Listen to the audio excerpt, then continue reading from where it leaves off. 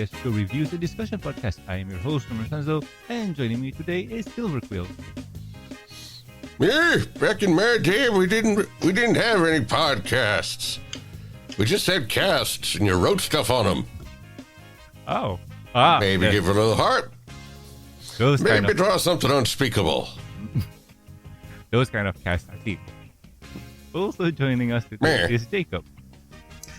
Hello everybody, how you doing? Everything's perfectly fine. Nothing going on here. Nope, everything's hunky-dory. How's my sarcasm coming through? Very thick. Yes. Anyway, in today's episode review, we are going to review the My Little Pony 2022 comic issue number 1 and 2. So, in this comic, at least in the first part, one of the Unity crystal is stolen, and the main 5 tries to find out the culprit before magic disappears forever. And they search, and their search leads them to the ancient city of Canterlot. So, shall we? Sorry, no. I'm getting how to do this. So, first impressions are in order. Silver, what do you think about the comic? First impressions, at least. Well, I enjoyed it because, of the artwork, of a new conflict starting up, and a very sympathetic view of our dear Izzy. But it's also the promise of what's to come. And Jacob, what about you? It is great, perfect, absolutely nothing wrong with it. 10 out of 10, would do it again. And I think I just lost about 20 of my remaining 30 brain cells for saying that with a straight face. Not good, and I'm sure both me and Sir will be tooting the same horn on certain fronts. Okay, here's the deal. The writer for this story arc is Celeste Bronfman. For those who have forgotten, she wrote Celestia and Luna story for season 10 of G4 Comics.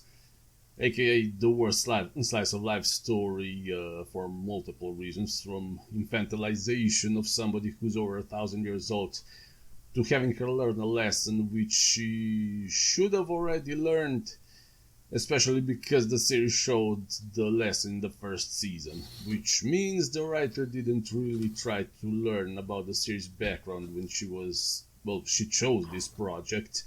And she just wanted to do a story about 2 characters without a background baggage. And this is the biggest crux of the issue that the first arc of G5 comic has.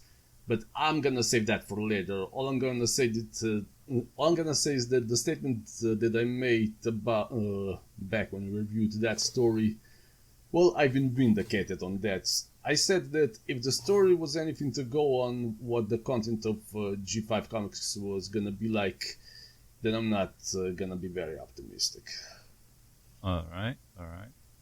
And as for me, this was a very fascinating read, and the art, like Silver said, is good, and it's done by Amy Mebberson. And if I'm not mistaken, Amy Mebberson did a lot of good arts back in the day. And yeah, I kind of like this one. The art looks good. Yeah. The faces don't look weird. That's the statement for issue 3 and 4 later on. But yeah, this one looks good. I like how they tell the story. I like the setup. Everything seems fine. But at the same time too, I was getting annoyed. And we'll jump into the annoyance soon-ish. So anyway, if you have not read this comic yet, do so now. It's a pretty easy read. Welcome back. So we start off the comic with a flashback where Sunny is trying to look for the legendary city of Canterlot, where Twilight Sparkle built the gate of the ancients to welcome those who believed and trusted in the magic of friendship to Canterlot. So yeah, she's trying to look for that, and looking through binoculars, and her dad says, yeah, probably you won't see it from here it could be further away. Yeah, yeah. That's the idea. Further away. So we get back to the present where it seems Sunny. I'm guessing this is after the movie and after the first special, probably. Yeah. Yeah, and where she's going out to hang out with Pip and Zip. They're going to do some fly ball, and Zip here explaining how things are done and so on, while Pip here is live streaming. Oh God, live streaming nowadays has a very negative connotation. Especially in Asia. Don't remind me. Anyway, Zip explains the rules, and here comes Easy. Easy says, "Oh, are you guys going to play a game? I want to join too. I want to join too. I'll do anything contest. Yeah." And they just say, we're playing flyball, and the rule is you need to have wings to do that. So sorry, bye. And Izzy is kind of sad, and he's left alone to do her thing. While in the background, we see who's the sheriff? God, I forgot his name. Hitch. Hitch? Yes, all right. Trailblazer, yes. And the names are not memorable for me, man. Don't know why. Blazing a trail of hitchiness. Indeedy. So, Hitch comes in. He's bringing a guide.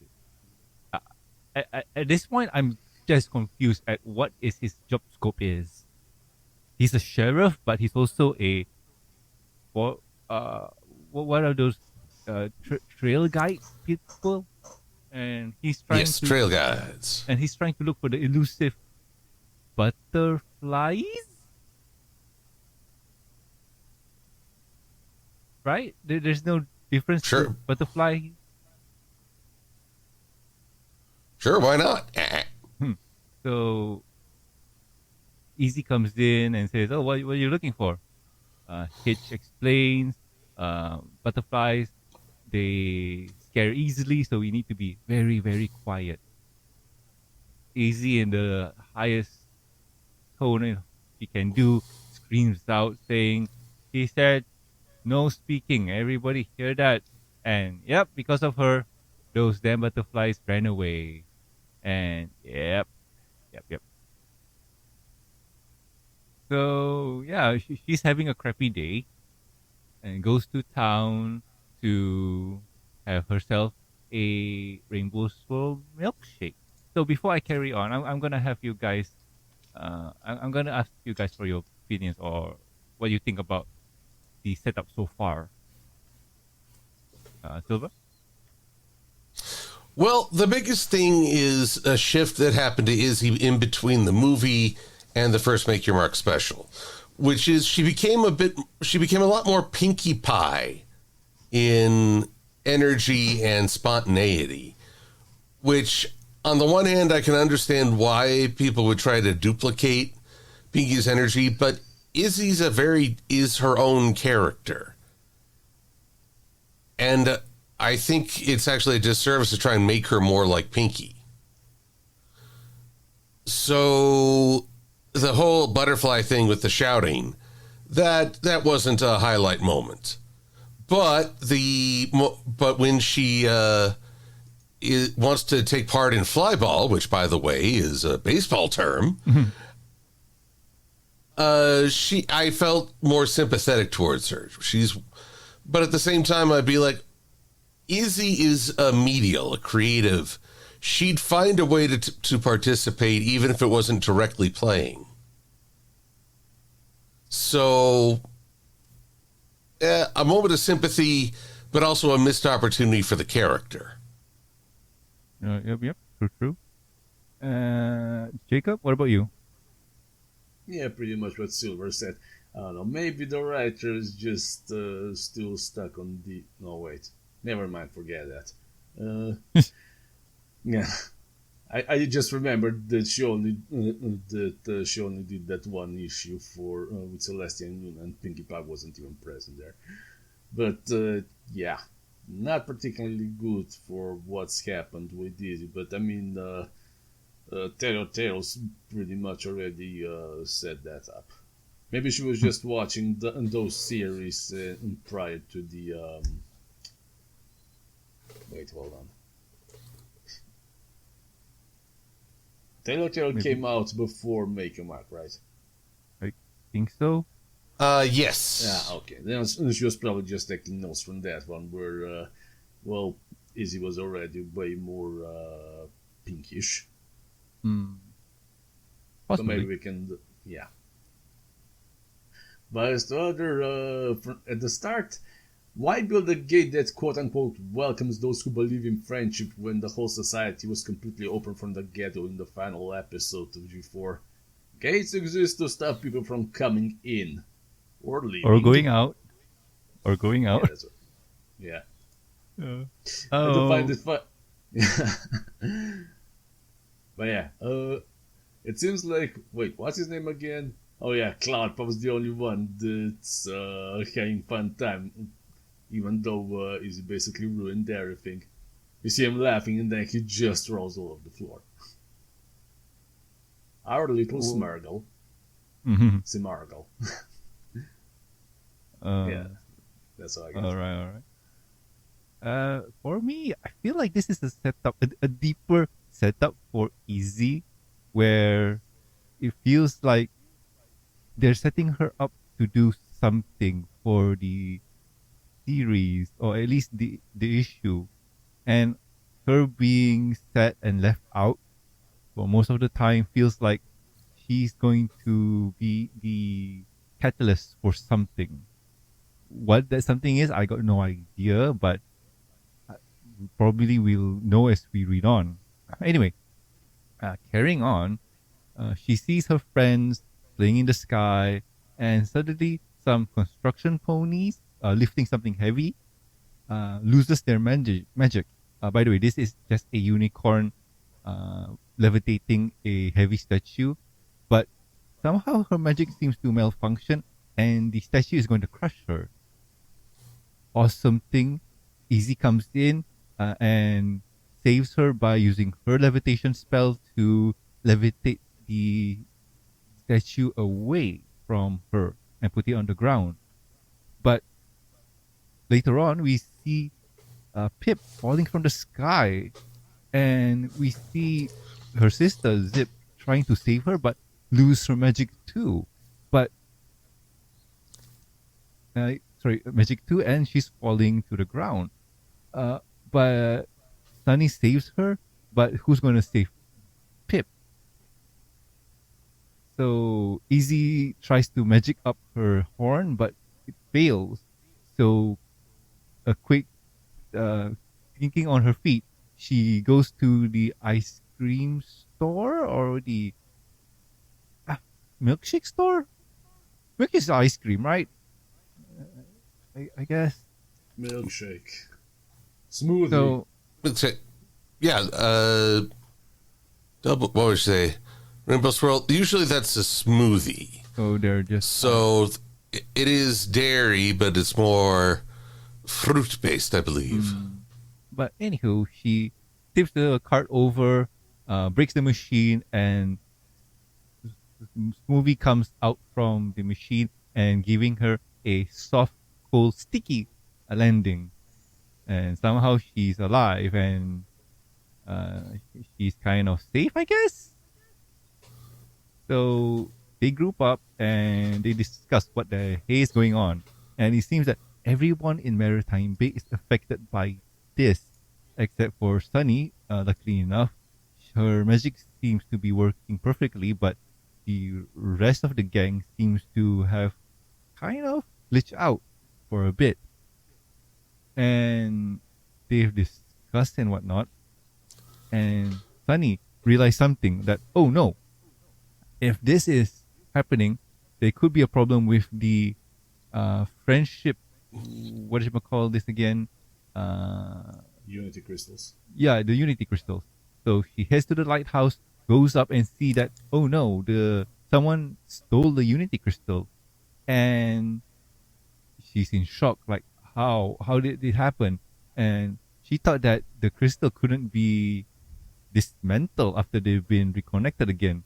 So she's pondering on that while everybody seems to think, how could this happen? Uh, what's going to happen and whatnot? And they decide to go on an adventure to find the missing crystal and see who stole it. Zip has an idea. Sorry, no. Pip. Pip here is live streaming the whole thing and saying that, oh no, somebody stole the crystal and our magic is going to disappear. Be in despair. Oh, we are going to die. Ah! Zip comes in and says, stop it. Stop it. And Pip here just says, oh, our people must know the truth. They should know everything and be well informed. And they shouldn't, they won't panic. Next panel, we see people panicking. Boys.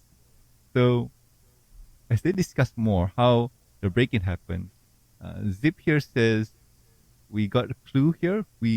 All we have to do is double check Pip's phone and see what happened earlier on. And now that I think about it, it's not Pip's phone. It's Zip who recorded her for some reason. I wonder why. So she said that look closely at the vase that was on the shelf and comparing it to this morning to now, it has been moved. So meaning someone is here. And they went in to have a closer look and they got a hair out of it and asked Cloudpuff to sniff for it and look for the culprit.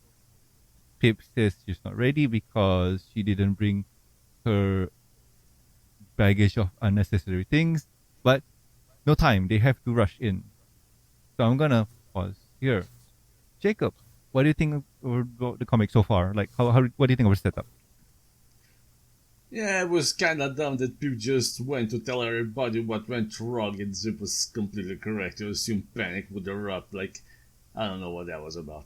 I'm gonna come back to that part later when we discuss the crimes of Thief and the repercussions of his actions, but yeah, other than that, even though Pip sort of, makes fun of Zip for the fact that she's apparently a detective, but she's never really solved any case, and then I think this is basically coming from the way that the special was set up. Did that happen in the end? I'm sort of not 100% sure. Could be a lot of things happening in between the comic and the series. Yeah, probably. But yeah, Yes, other than that, Smargle goes to work. Alrighty then. Silver, what about you? Let's see. First off, now we're getting Izzy's innovations as she figures how to rescue Pip. Though I got to say, that was a pretty slow fall, all things considered. I expected her to be a Pip pancake by the time Izzy got the smoothie burst set up. Well, one could say that she has wings, so she's falling with style. I don't know. She ain't no Buzz Lightyear. No, but she is. I forget what the singer's name was. Yeah. What if you can fly? The singer? The one who sings it. Songbird Serenade. No? No, the singer who sings "I Believe I Can Fly." Oh. Seal? Probably, yeah. So yeah, you can make that joke. Ah, But also on the same, do you see the two ponies that are over there? Do they remind you which of two? somebody? Ah, yes. Well, really, man, just let it go. Oh no. Which panel? Who? It's in our chat. Essentially, it's Elsa and the less interesting sister. Ah, yes. Really? I didn't notice that. I noticed it Ah, just now when I went back to it. lol. Pony cameos or ponies that are cameos for other characters are a lot of fun. Oh, By indeed. the way, it was R. Kelly who sang "I Believe I Can Fly." Oh, Ah, okay. Seal was kissed by a rose. Yeah, yeah, Yeah. yeah. Oh man, this is showing our age. God damn it. And this was the first time Zip took on the role of a detective, which is, I've always found a little odd, but I can appreciate she seeks truth after having to be a part of the big lie for so many years. I And finding a main strand is pretty impressive. But to say that the case is, quote, zipped is rather, shall we say, presumptive. yeah, You've only found a clue. that Not is you haven't solved the case. that is true. That is true. Like you're counting your eggs before they hatch, counting your apple barrels, something like that. Yep. Oh boy. So jumping to the conclusion a little bit, but now we understand why Cloudpuff is just there. Cloudpuff just sort of appears and disappears throughout the series. Yeah, that's what's been bothering me because when I first saw Cloudpuff here, I'm just thinking, oh, is Hitch taking care of Cloudpuff because he's the only one that could understand him, and Zip is kind of busy with Sunny. Feels like it. So yeah, that really didn't. Uh, sorry, that didn't really uh, make me question things because there's always a animal friend in Pony. So Cloudpuff being there is kind of for the norm for me. Example is Angel Bunny, Gummy, and Opalescence, and so on. Actually, now that I think about it, isn't Cloudpuff constantly by the Queen's side? That is Theoretically, true. yeah. We'll read that in the next issue. Yeah. Oh, God. Anywho, that all, Silva? Yep, for now. For me, I kind of like it. I like the creative thinking that Easy did, but at the same time too, I was just thinking, couldn't she just catch her from the sky, just going in and jumping to catch her and so on? But nah, this is more funny. This is more funny. So other than that, Zip's ingenuity just to look for clues is kind of fascinating. But if you haven't, oh sorry, if you don't really pay attention, you wouldn't really notice how her way of thinking is. Like, how does she know to look for that one specific scene? She saw something that we didn't see. Like, how? Why? I don't get it. But I guess he brings up a good point, and we get a clue. So I guess the story goes on. Well, So I mean, she did mention that, well, it shows a picture of the vase being in a completely different shelf. true, but Or how did she come up with that to begin with? Well, she'd recorded a stream for Pip earlier and noticed that the vase was still there, but it had been moved. It was further away from the edge. And that's where they find the hair strand. Main strand, who knows? Yeah, but at the same time too, like, how did that idea pop into her head? Like, it's just one of those things where, that's very convenient of you to pop out without even taking a look-see at the location. But you know what? Story has to go on, and this is a way. I mean, Nord Oh, is trying to set up the zip his photographic memory, and she already noticed that something was different earlier. Probably, I guess. That's it's one way to also look at it. it's also showing that Norman's turning into a Mandalorian. This is the way. This is the way. You're gonna start if it's singing. if it's not the way, we will make it the way. Anyway, carrying on. So after a few hours of searching, they somehow ended up in a forest. Oof, boy, I have so many questions about where they are right now. So I'm gonna try and compress time for this one because I have a feeling that we've been a bit too long on this one. So anyway, they head into the forest. Pip live streaming kind of ends because her phone battery died and kind of blames Zip about it because she didn't brought her power bank and whatnot.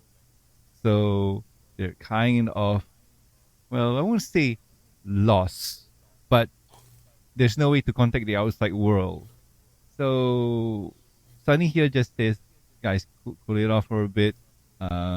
We're together, and the main thing is we need to look for the crystal. And she suggests we can look in the air to look for clues. And Hitch, why don't you try looking for clues on the ground? Ask your animal friends and whatnot. All right, team, go. And she totally forgot about Easy. Easy has Again. no directions. Like, what can I do? I too have powers. Let me help.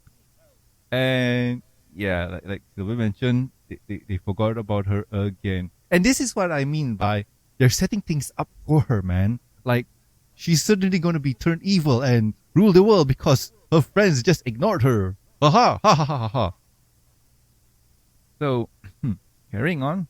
A few hours later, Izzy is just moving some rocks to see if she can help the group find something, and kind of discovers a cave and discovers a door to some kind of city. And oh no, it's Canterlot.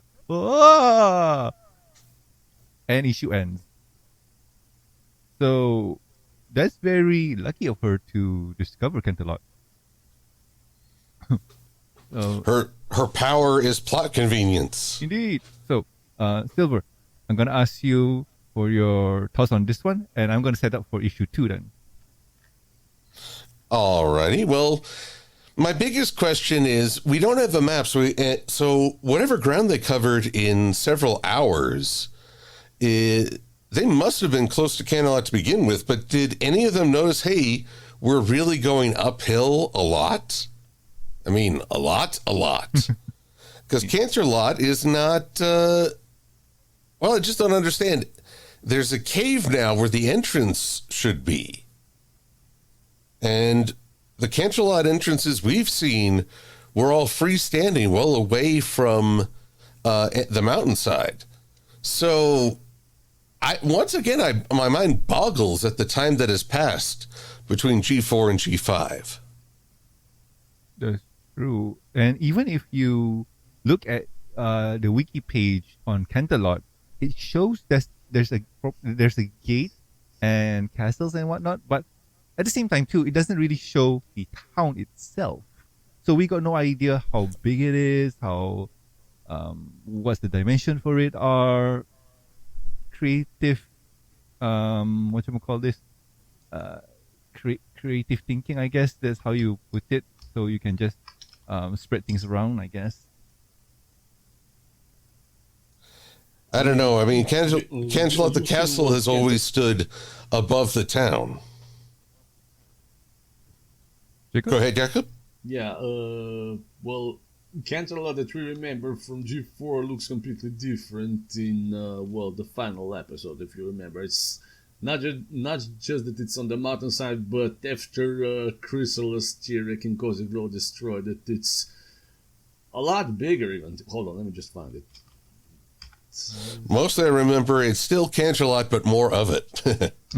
That's true. Yeah. Oh, yeah. They expand. They expanded. Yeah. I'm looking at the last problem picture, and yeah, they expanded it a lot. But still, Canterlot Also, I'm still thinking of that gate of friendship and all.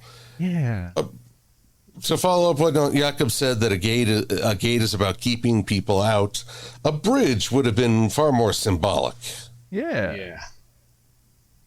But still, if you want not people to come in or go out, you can still raise the gate. Oh, sorry, raise the bridge. Well, exactly. Honestly, now I'm just picturing someone doesn't believe in friendship. Oh, trapdoor, bridge. See ya. Yeah. But how does the gate know that?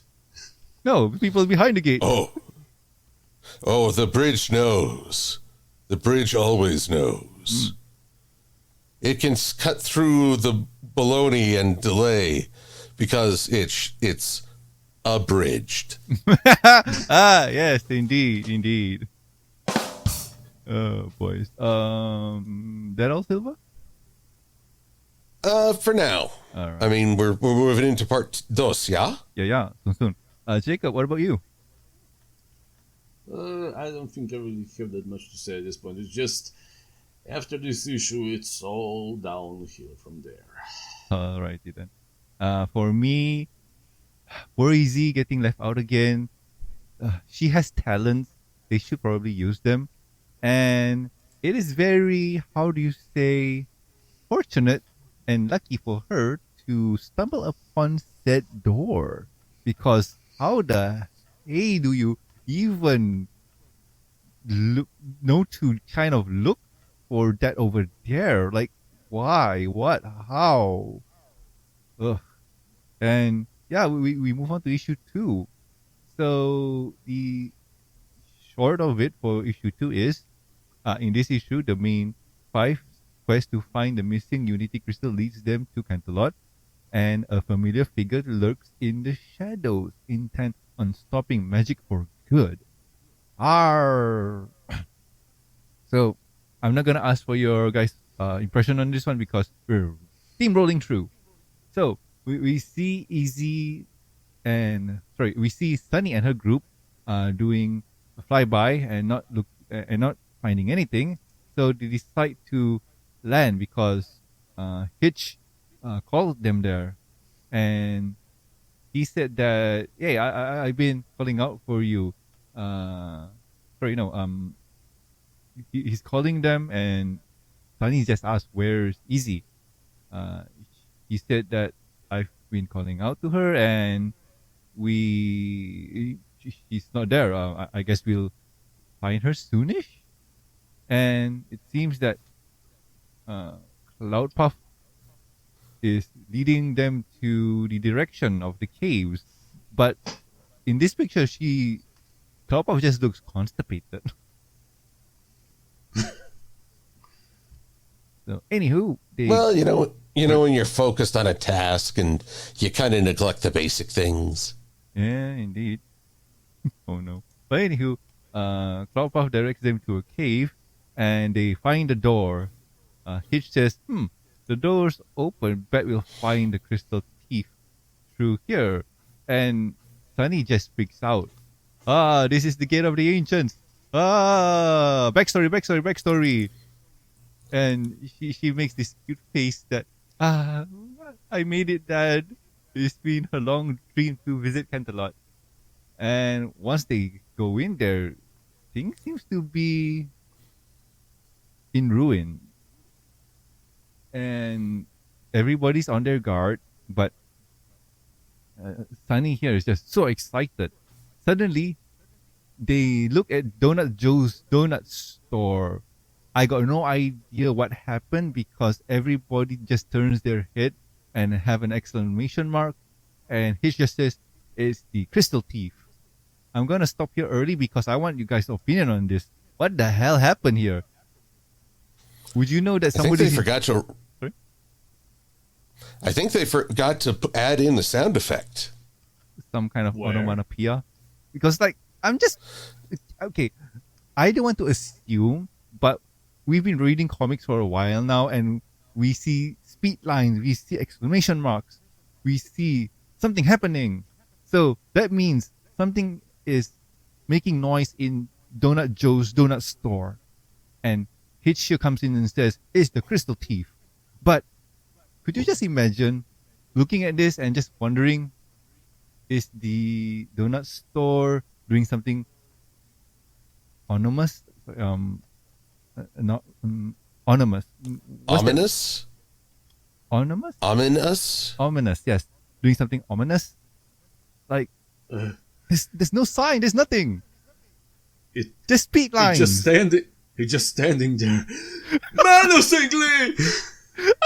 No, it's just that. Ah, Silver. What do you think about it so far?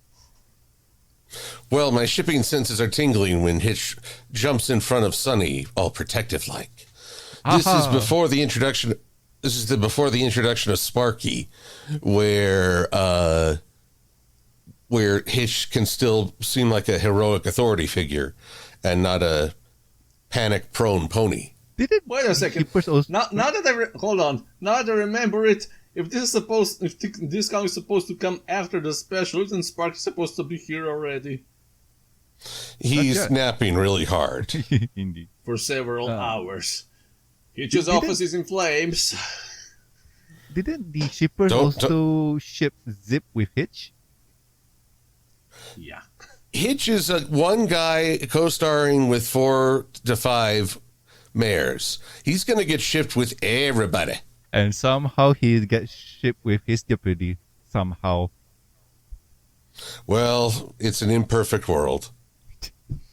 I got no idea, man. It's always that way. Like, oh, you got 5 girls. Somehow he's gay. Boy. Probably because they're like, well, he's not showing any overt interest. Therefore, he must be. Which I find is an assumption too far.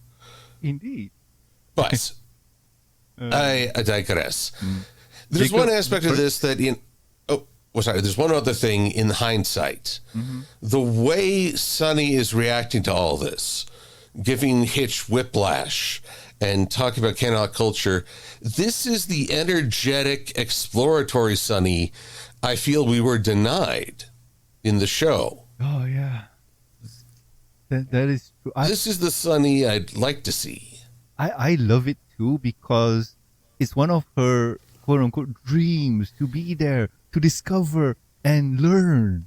And could you just imagine that if we have a whole series about her going back to Canterlot to discover what happened, to see things from the past that we as the viewers know, but she's just discovering and we can just say, hey, this is that place's store that happened in episode something. And then she got it wrong. And like, oh no, you got it wrong. And some kind of familiar, figure comes in and says, this is so-and-so store from way back in the days. See, Discord knows what she's talking about. Or Celeste knows what she's talking about. Or Twilight knows what she's talking about. Or somebody from the past. Yeah, but that required the non-existence of copyright. Yeah, that stupid block from Discovery Family. Oh boy. Oh, What a load of gack. yeah, that sucks. So Jacob, what do you think? Like, what do you think of the story so far? Well, it is good so far, especially considering what follows up next. But yeah, this is basically showing the Sunny that we don't actually get in the series. Yeah. All right. I'm gonna power through. So we see the group kind of sneaking in and trying to catch the culprit, and it seems that they caught Izzy. Izzy has been ransacking the donut store, and she says, "I tried a few to." She tried some 100-year-old donuts, and they aged like fine wine. Yeah. So somehow, Pip is interested in trying. So, good on her, I guess. Well, not exactly. There's one thing I've forgotten to mention so far. Pip is the one character actively resisting the call to adventure. And that's a mixed bag right there. True, but I have a feeling that she's the type of pony that's I need to be prepared before heading out because I don't want any variables that can lead me astray or in a bad situation, which I can respect, but at the same time to bug out back, bug out back. Just be ready with that. But still, willing to try 100-year-old donut. That's content, man. Well, try a 100-year donut or go investigate. And she decides, I'll investigate until she's yanked away. Yeah. Or I'll have the donut until she's yanked away. Mm-hmm. So they walk around trying to discover things. And Zip here says, okay, so according to new evidence, that just came to light. If we want to find the crystal thief, I believe we need to head to the royal castle. And that's a great idea. Royal castle history. Sunny is just super excited, and Zip just says, "Yeah, that and also the door was open, so why not?" So they head into the castle. Seems their magic is going haywire again, so they push the door manually. Somehow, Pip got her phone to charge, or is that Zip's phone that she's borrowing for a bit? And we go to some back history about how this is the throne that Princess Celestia, Princess Luna, and Princess Twilight planned to defeat the evils from Queen Chrysalis, the Storm King, and also King Sombra. And Pip just Hitch just says, "Stay vigilant. We got no idea where the bad guys can be, and we got no idea how this place is going to act and whatnot."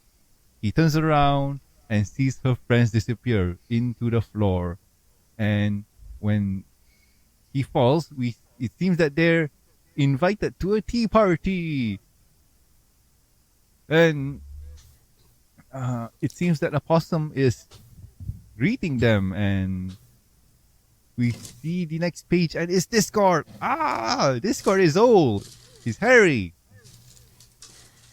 and whatnot. And he invited every pony there, and there's a lot of excitement from Sunny, while the rest are like, who is this character again? What is his deal? And he talks and says, "Oh yeah, time for backstory." And it seems that his magic is not working well too. So he decides to bring out a stage manually, I guess, and goes into a backstory of the Magnificent Seven, including himself in this party. And he tells the story of how magic was about, and how unity and so on works. And then suddenly there's some rude pony who caused chaos and disarray, and somehow she began to create this sense of foreboding and superiority, where the unicorns are the best ponies, and somehow that started a chain reaction of every pony being racist. And I'm gonna stop there. So, Jacob, what do you think so far?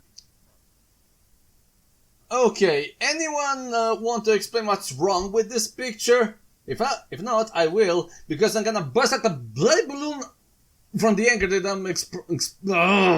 I'm sorry, I just can't put my words correctly, because this makes me so angry right now. Do share, do share. Okay.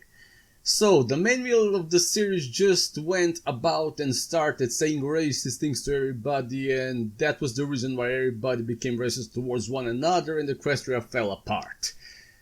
Let me explain why that's stupid.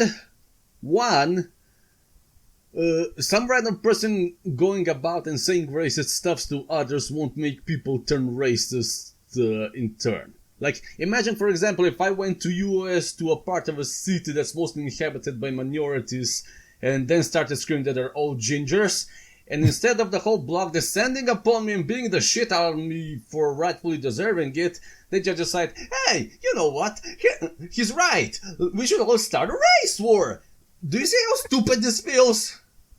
I mean... well, you see, you made one tactical error. You see, you don't go to the city you're going to badmouth. You go on Fox News. Then you badmouth them. Yeah. No. Twitch. Twitch is the best place, man. They don't care about it. Well, they do care about it unless you're a socialist. But anyway, for the second and most important point, the big question that needs to be asked: where's the School of Friendship? They retired, I guess? Because anyone who's at least watched the two-parter finale of the final season will know why this decline happening in the first place is a complete nonsense. So, let me refresh what happened. During Season 9, Chrysalis, Styric, and Cozy Glow have been secretly manipulating other ponies by convincing them that other ponies were bad, which in the end caused the Windigos to return. However, during the final clash the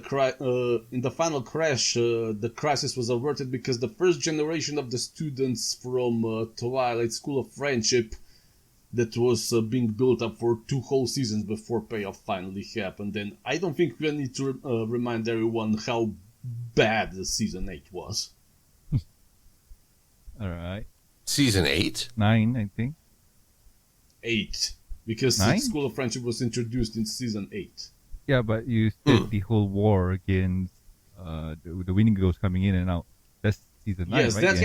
That happened in Season 9, but it took 2 whole seasons of build-up for the School of Friendship to finally become relevant. You understand? Yeah. Yeah. Well, basically, in that finale, the first generation of students of School of Friendship, they managed to bring everybody together again and defeated the bad guys. So, do you see the problem here now? Because the School of Friendship isn't mentioned even once in this comic, which brings up the point of what I said at the start.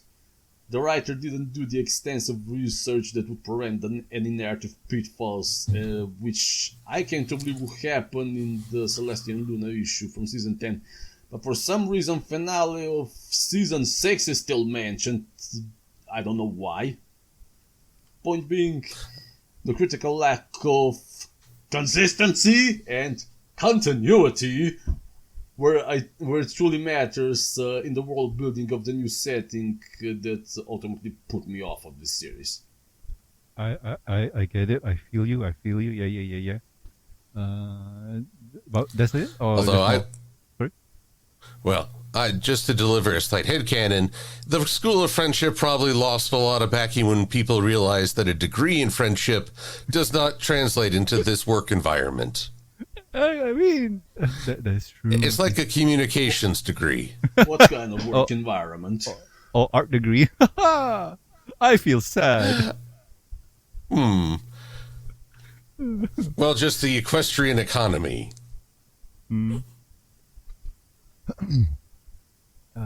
Which is an economy based on easily found gems and overabundance of the environment. Honestly, I'm kind of curious how equestrian economics would really work. That's true. Is that about it, Jacob? Yeah, for now, that's all. Oh, Silver, his anger is spent. Yeah. I feel there's more anger coming soon. Honestly, this sounds like a first attempt at introducing Opaline. We even see the braids around her ears, briefly highlighted. but either they didn't get the full 411 on that Opaline was an alicorn, or they changed that up. As somehow, Opaline is supposed to be the reason ponies, well, they created the crystals and scattered. Though, going back to the show, I've never bought that Opaline has that kind of power or threat. She's a fun character, but she's not a menacing character.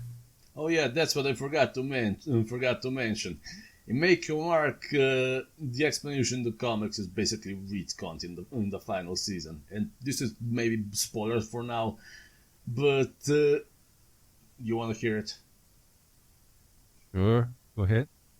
Okay, basically it's explained that Opaline was so powerful that they created the Unity Crystal to take everybody's magic away and had it so Opaline couldn't get it. I mean, the explanation is still no better than this, but still. That's But also then again, dumb. yeah. Oh god, that Yeah. sounds so dumb. Like the reason the crystal were made because Twilight is afraid of this alicorn, and she just decides, you know what? Let's group up our powers and separate them into crystals. And if one was somehow separated, we lose all our powers. Genius plan, Twilight.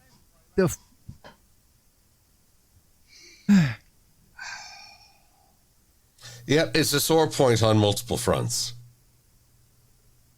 There's so many questions, and I'm Sorry. willing to handwave a lot of them if it just moves the story along.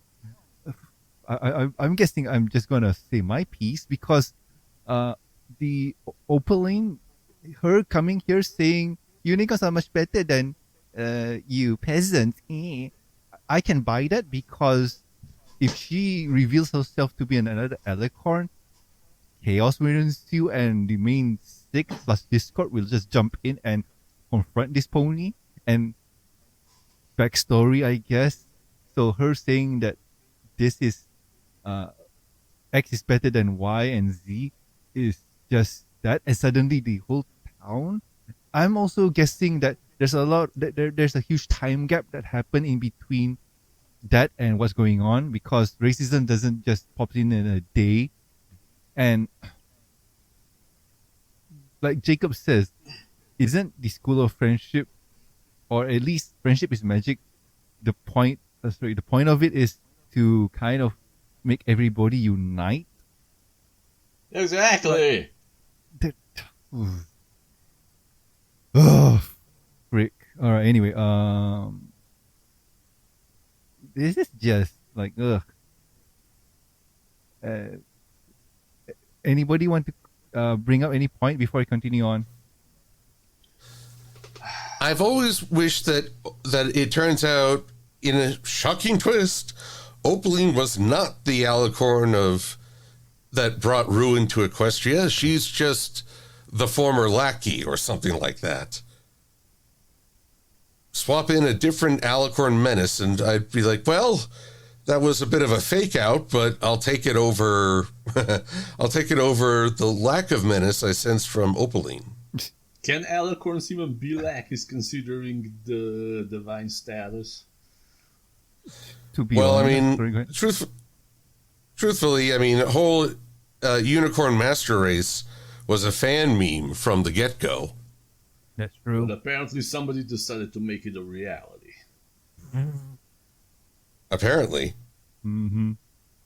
There is something to that, in that unicorns are perhaps the most proud of the pony races. Mm-hmm. And the most powerful.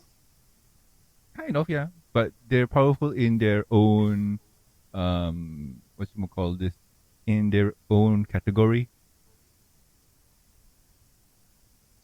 Like being able to drain magic away for some reason. That's a spell. But still, No, that's also a power.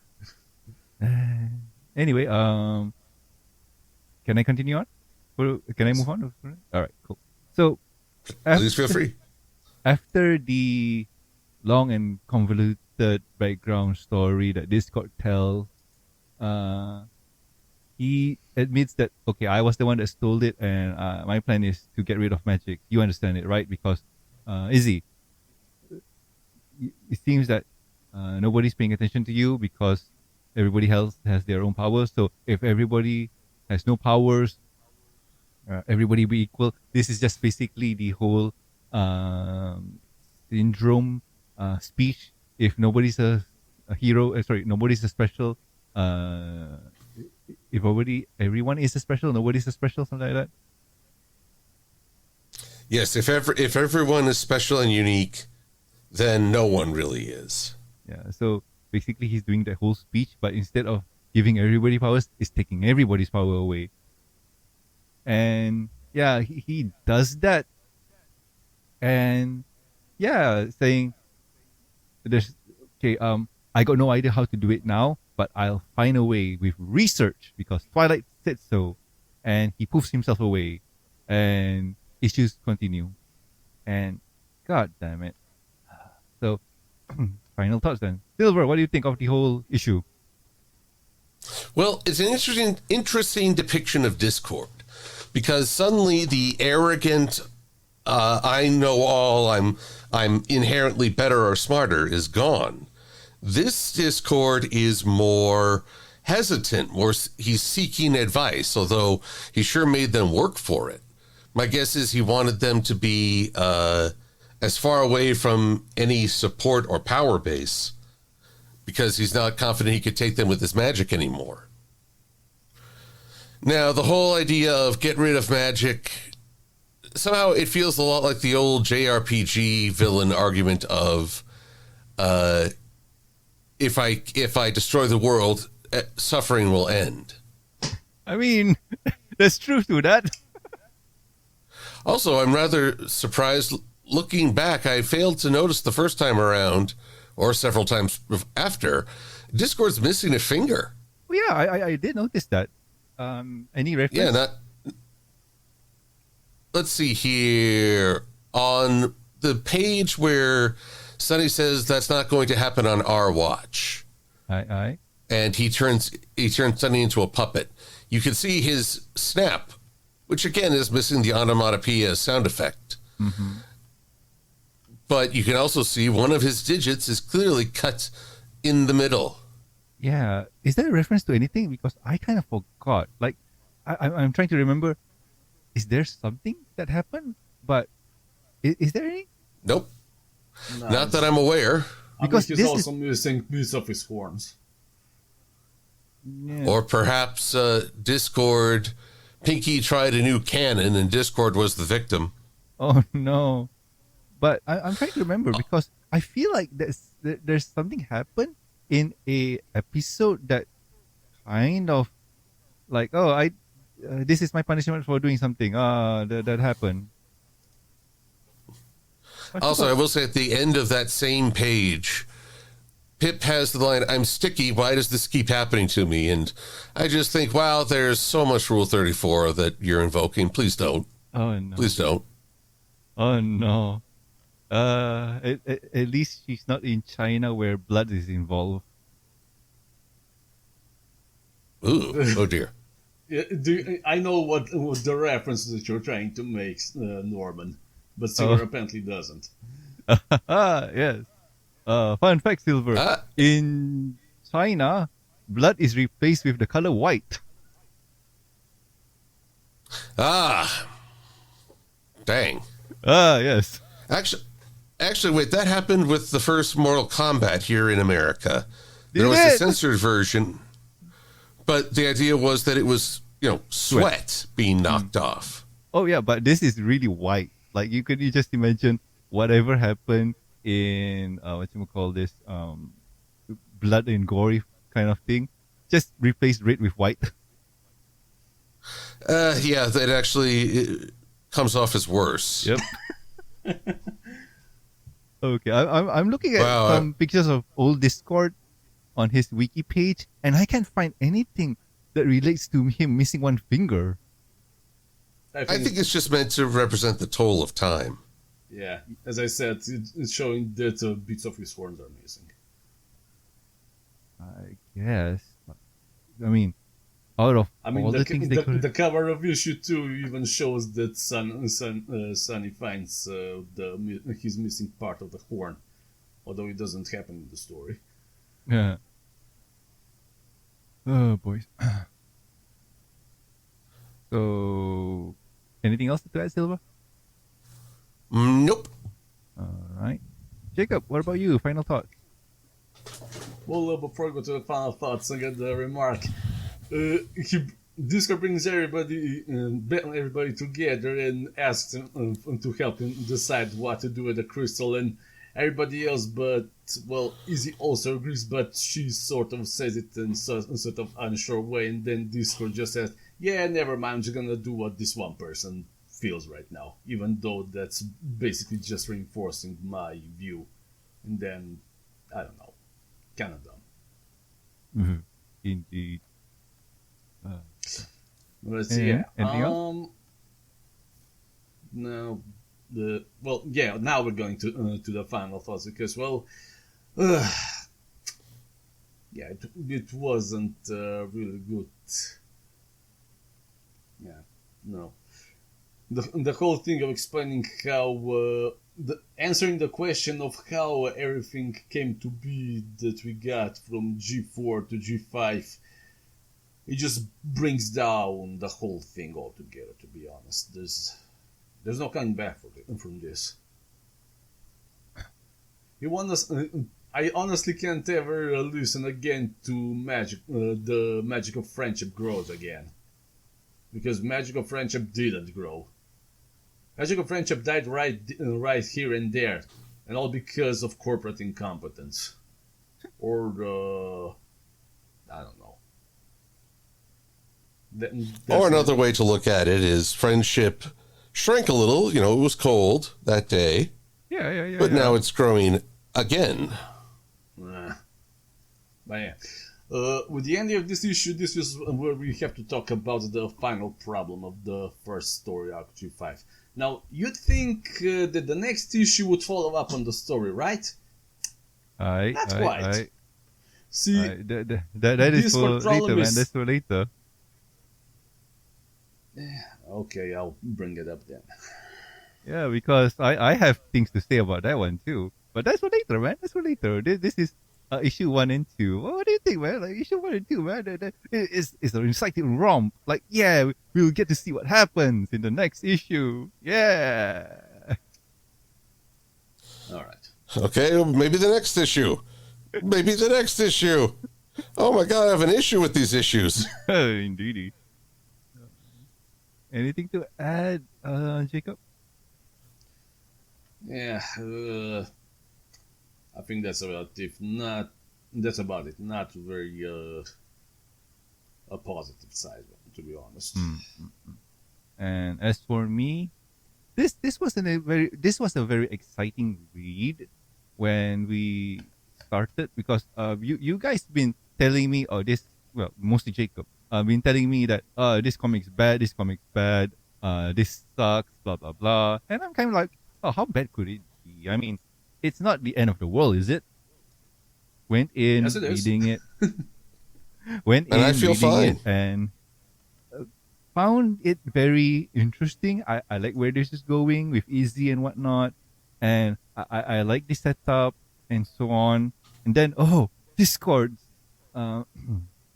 Discord's involved. Oh yeah, I can't wait to see what chaos he's gonna do. Disappointed on Discord because no chaos happened. We didn't see chocolate milk exploding. We didn't see the explanation about the reason that this all happened in the first place was dumb, because ponies were afraid about racism and decided to harness everybody's power into one gem that could easily be stolen or destroyed. Wait, what? So yeah, this was not the best idea. So it was a lot of hoopla. Boys. So anyway, that's about it for my final plus and whatnot. So, shall we wrap it up? Okay. Yes, indeed. Alrighty then. So if you, give me a second. I forgot how to wrap things up. This is bad. Oh no. Oh no.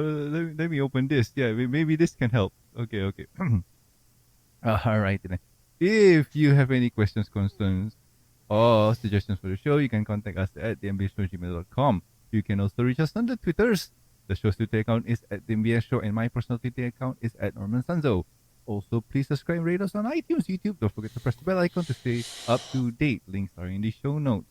Silver, where can the good people find you? They can find me on YouTube, DeviantArt, Blue Sky, Twitter, and Patreon, and Ko-fi under MLP Silver Quill. Awesome. Jacob, where can the good people find you too? You can find me on the DeviantArt under the username Jakob Fon Torkar, under the Twitter username Tales of the Ashes. If you're interested in reading the story Tomorrow Rising, you can find it on finfiction.net. And if you're interested in reading an original story featuring anthropomorphic animals in medieval fantasy setting called Tales of the Ashes, you can find it on the talesoftheashes.com. Awesome. If you would like to support the show, you can do so at patreon.com/MBS show. With every support, we'll get a week's early access to review and discussion podcast, exclusive and deleted content. And a huge thank you from me. Talking about thank yous, I would like to thank Jacob, Lucky Knight, and also myself. Thank you so much, guys. You are great. So anyway, I have been Norman Sanzo. I am the Silver Quill. I'm Jakob. And we'll guys catch you next week with another fun episode of the MBS show. See ya. Adios. Bye-bye. And I don't have the musical outro because I need to do some cleaning. Oh, no. There it is. Yay. Yeah.